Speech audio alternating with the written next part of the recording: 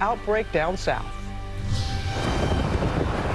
Breaking overnight, multiple tornadoes tearing through the heartland, killing at least 5 people, destroying dozens of buildings in Nashville. Residents waking up to sirens, told to find shelter immediately. The trail of devastation and where the threat is heading next. Coronavirus crisis. The death toll climbing in the U.S. as cases spread across the nation. The city of San Antonio now declaring a public health emergency after a woman who's infected was released from quarantine too early. The new screenings ordered at airports. One of the key members of the president's coronavirus task force joins us live on GMA. Decision Day. Millions of Americans head to the polls this Super Tuesday, the biggest day for the Democratic nomination by far. 15 crucial contests. Joe Biden picks up 3 big endorsements overnight from his former rivals. Folks, this is a team. Bernie Sanders looks to build on his lead. The political establishment is getting nervous. And Michael Bloomberg appears on the ballot for the first time. Our powerhouse political team spread out across the country, covering it all. On-air stunner, longtime cable news anchor Chris Matthews abruptly announces his retirement on his show overnight after complaints from a guest about inappropriate comments. And royal reunion. The Queen and Prince Harry meet for hours trying to patch relations after his royal exit. What the Queen said about Harry returning to royal life. Live in Times Square, this is Good Morning America. We certainly do say good morning, America. Very busy morning, Super Tuesday. Biggest voting day of the year by far right now. We're going to take a look at the voting getting underway in so many of the states, 14 states. Also American Samoa heading to the polls this morning. More than a third of the delegates for the Democratic National Convention are up for grabs. Yeah, it certainly is a big day in politics and also big headlines on the coronavirus. But first, we want to get to that devastating tornado outbreak that happened overnight. I know you've been getting some photos from people down south, but there are deadly twisters. They tore across 3 states, leaving a path of destruction in Nashville and surrounding areas. Rob is here starting us off with the very latest. Good morning, Rob. Hey, good morning, Rob. What a horrible night across much of the Mid-South and really a terrifying night in Tennessee. This is a tornado. You can see the silhouette of it coming through the northern fringes of downtown Nashville, one of 7 tornadoes recorded across 3 states. And worst of all, these happened in the middle of the night when most people were asleep. Oh my God. Overnight tornadoes hitting the Mid-South. At least 5 dead in Tennessee. Severe damage in downtown Nashville. Frightening video capturing the storm moving in. Emergency crews responding to several collapsed structures throughout the town. This was obviously a very strong tornado.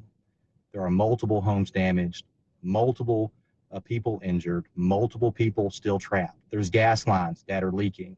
Power lines are on the ground. On I-40, damaged signs litter the road. You smell gas? Yeah. Oh, wow. This tractor trailer and another truck completely flipped on their sides. Sirens blaring, the tornado leaving a trail of rubble and debris. The roof of this gas station ripped off, lying in the street. Exposed vehicles battered by the storm. Windshields ripped into shards of glass, and windows of multiple homes blown out. This neighborhood in East Tennessee left looking like a war zone. Thunderstorms have been lingering across Nashville, so emergency personnel have had a rough time with the weather. The most severe weather, though, is now to the south. A new tornado watch has just been posted for central parts of Alabama, including Montgomery, till 11 o'clock this morning. And then we reset the atmosphere later on tonight. Another pulse comes out of the southwest. Dangerous storms, potentially tornadoes, San Antonio to Austin. These two will happen likely overnight. Amy? All right, we know you'll keep us updated, Rob. Thank you. Now, the very latest on the coronavirus emergency is the number of cases passes 90,000 worldwide, and the death toll climbs past 3,000. The Trump administration announcing new travel screening procedures for people flying into the U.S. from those affected areas. Here in America, there are now at least 105 cases across 13 states. 4 more people have died, bringing the total to 6, all of them in Washington state. Kaylee Hartung is there and starting us off this morning with the very latest. Good morning, Kaylee. Good morning, Amy. Just moments ago, masked and gowned emergency personnel brought a person out of this nursing home and put him or her into this ambulance. This is the nursing home just outside Seattle that has been at the center of this outbreak. The Centers for Disease Control says we are facing a national health emergency. And here in Washington state, this virus is attacking the most vulnerable among us.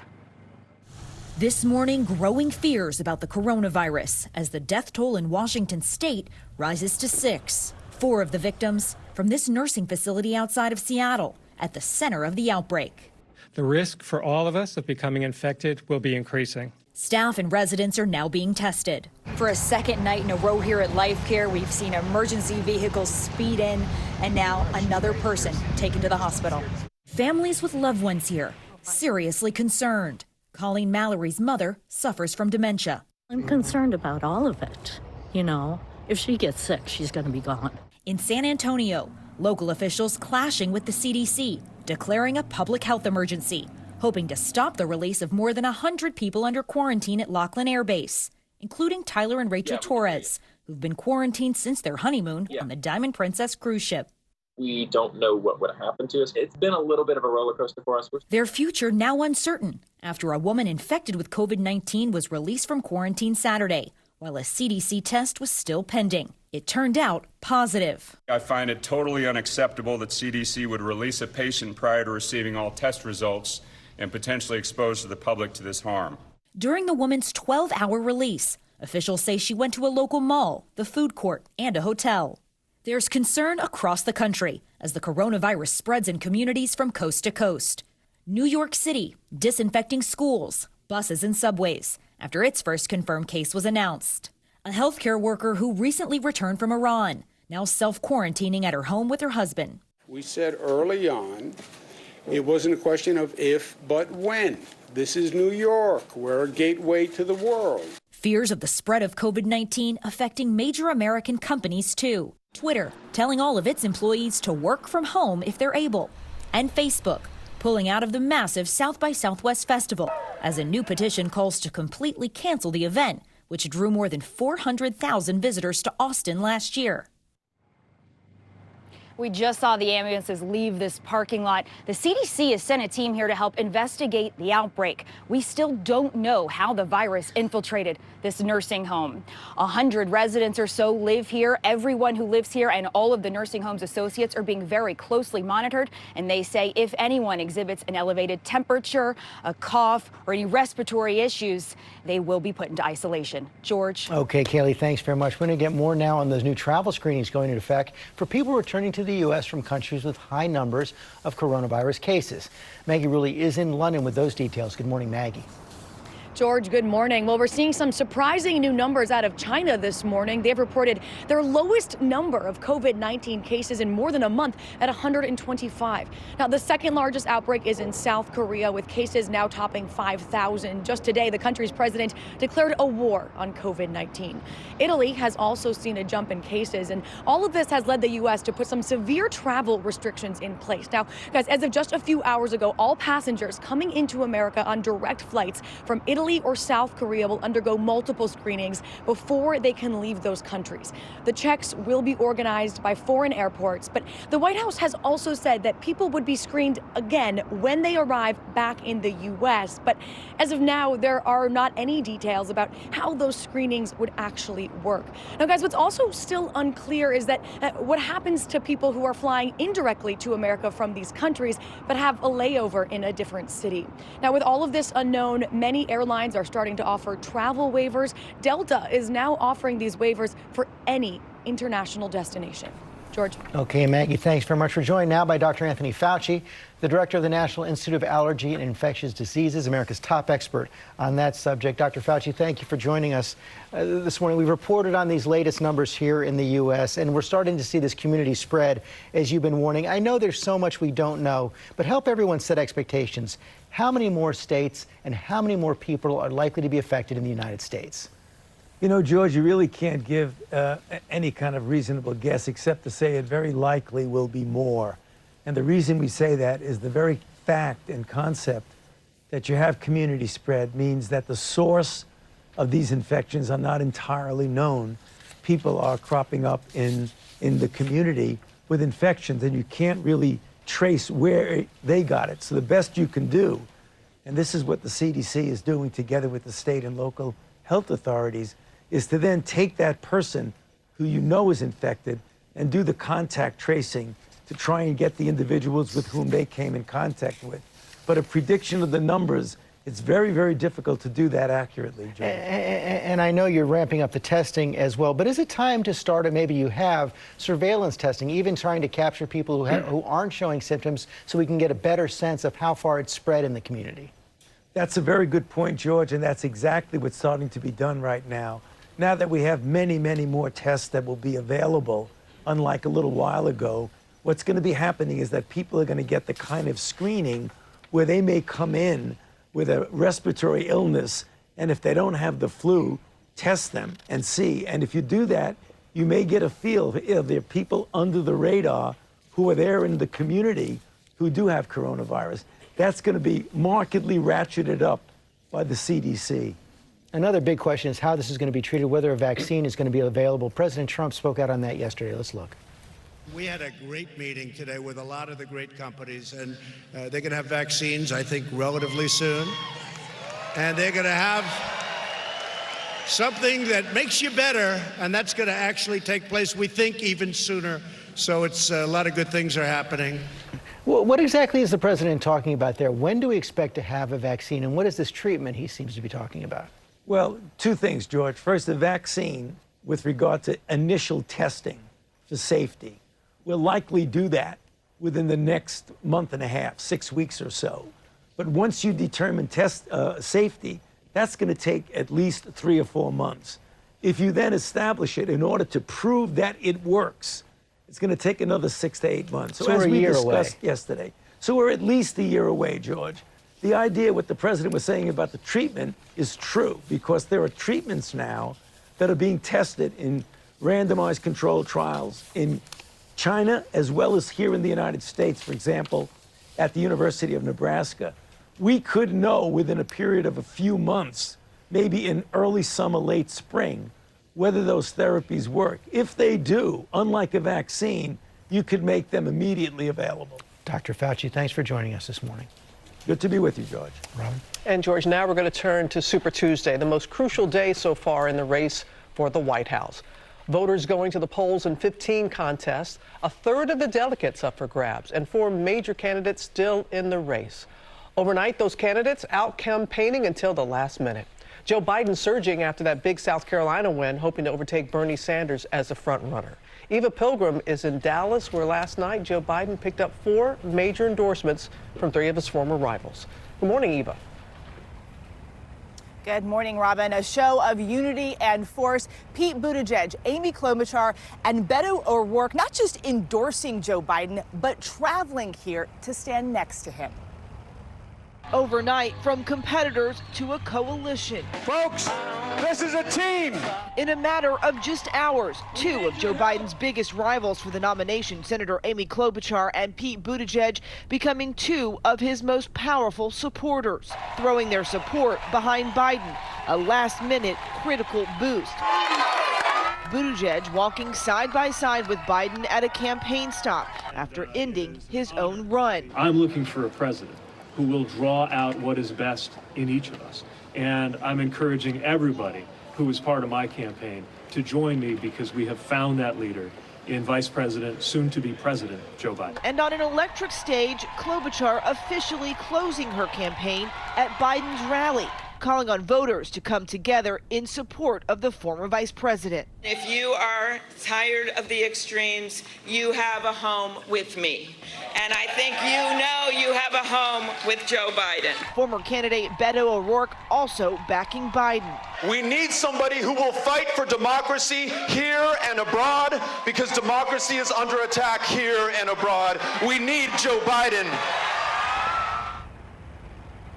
And no question, there has been a massive momentum shift. Now, Biden telling me he doesn't need to win today, but he does need to stay within striking distance. His campaign saying their goal is to get delegates in every single Super Tuesday state. Amy? All right, Eva Pilgrim, thanks so much. And going into this Super Tuesday, yes, Joe Biden showing momentum, but Bernie Sanders remains the front runner. And Martha Raddatz has more from Sanders' hometown of Burlington, Vermont, one of the states voting today. Good morning, Martha.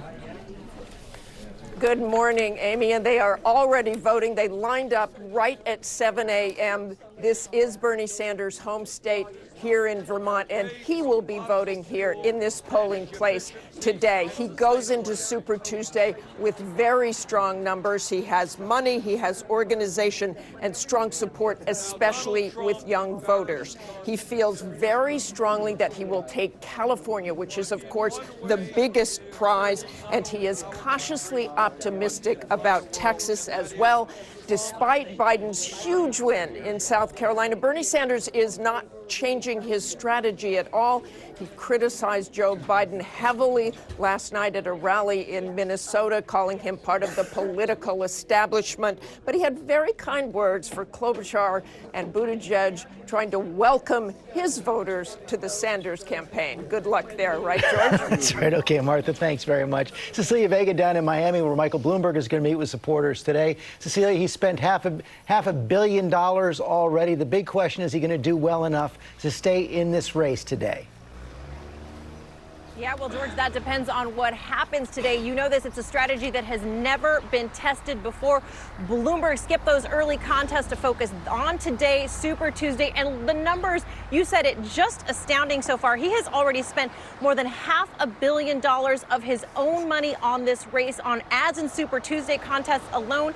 He has spent more than twice of what all his Democratic rivals have spent combined, but it remains to be seen if this is a winning strategy. He has struggled with women. He has struggled with voters of colors, and of course he had that disastrous first debate. He says he's the guy who can take on Donald Trump. They have not shied away from going head-to-head on Twitter, but George Bloomberg, you know this, is facing a serious questions this morning about whether he should drop out because he could be siphoning moderates away from Joe Biden. Let's see what kind of delegates he picks up tonight. Cecilia, thanks for bringing our chief White House correspondent John Carl for more on this right now. Elizabeth Warren is still in the race as well, but she's facing a fair amount of pressure from progressive allies of Bernie Sanders to get out. Absolutely. The argument from the progressives to Elizabeth Warren is, look, the centrists are coalescing around Joe Biden. It's time for progressives to coalesce around Bernie Sanders. But look, the play for Elizabeth Warren here is to win delegates and hope for a contested convention, bring those delegates in and be a force in Milwaukee. But George, here's the key thing. Two of her home states are voting today. Oklahoma, where she grew up, Massachusetts, that she represents in the Senate. She has to at least win one of those states to show that she can win somewhere. You'd have to imagine, as we head into tonight as well, the magic number for delegates is 1991. That's the number of delegates a candidate's going to need to win on the first ballot. We'll have a real understanding tonight of whether someone can get there or we're headed toward a contested convention. No question about it. And look, Bernie Sanders is the one that could pull away tonight. Bernie Sanders won in the West, won in the Midwest, won in New England. Bernie Sanders led in the polls in many of these states going in. The question is, does Biden have the momentum to stop him? Here's what to watch for. If the lead at the end of tonight is less than 200 for Bernie Sanders, I expect that we are headed towards a long, drawn-out free-for-all that goes to the convention. It could take till tomorrow to count all those votes. John Carney, you're going to be joining us tonight for the special coverage of Super Tuesday. We're going to be here all night long. I'll be anchoring with our whole political team starting at 8 Eastern. And we are following a lot of other stories this morning, including that cable news stunner last night. He happened on live TV. Chris Matthews announced he's retiring after allegations of harassment. And that meeting between the Queen and Harry at Windsor Castle, what she told him about becoming a working royal again. But first, let's go back to Rob. Local forecast coming up in just a few seconds. Time now for your Tuesday Trivia, brought to you by Chase. You work hard for your money. Stretch days for it. More? Juggled life for it. Let's go. Took charge for it. So care for it. Look after it. Invest with the expertise of JP Morgan, either with an advisor or online through Chase. After all, it's yours. Chase, make more of what's yours. Going to be a mild one again today, headed out to the polls to vote on this Super Tuesday. We'll have some showers early part of the day, then another chance between about 4 and 6 p.m. today. In fact, some thunderstorms could bring some gusty winds to the area. So 50s to mid 60s later today. Tomorrow, early day sunshine, a little breezy. We'll have a few clouds building late in the day. Another weather system on Friday. Just a few showers, though, in cooler conditions, especially Saturday. The high just 48, Sunday 57.